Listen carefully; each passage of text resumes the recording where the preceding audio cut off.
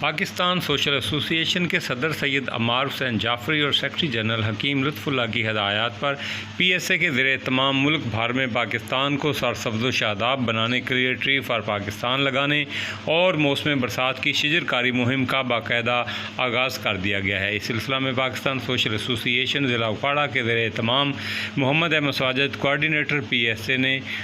معروف سماجی شخصیت اور پی ایس اے کے ممبران رانا ظہور الحسن تیمور احمد کے ساتھ مل کر بسمارکیہ کا پودا لگایا۔ کوآرڈینیٹر محمد احمد ساجد نے پی ایس اے کے تمام ممبران عہدیداران سے اپیل کی کہ وہ پاکستان کو سرسبز و شاداب بنانے کے لیے اور ماحولیاتی تبدیلی کو خوشگوار بنانے کے لیے اپنے بچوں کے نام کا ایک ایک پودا ضرور لگائیں تاکہ موسمیاتی تبدیلیوں میں پی ایس اے اپنا بھرپور کردار ادا کر سکے۔ اس موقع پر پاکستان کی ترقی خوشحالی کے لیے خصوصی دعائیں بھی کی گئیں۔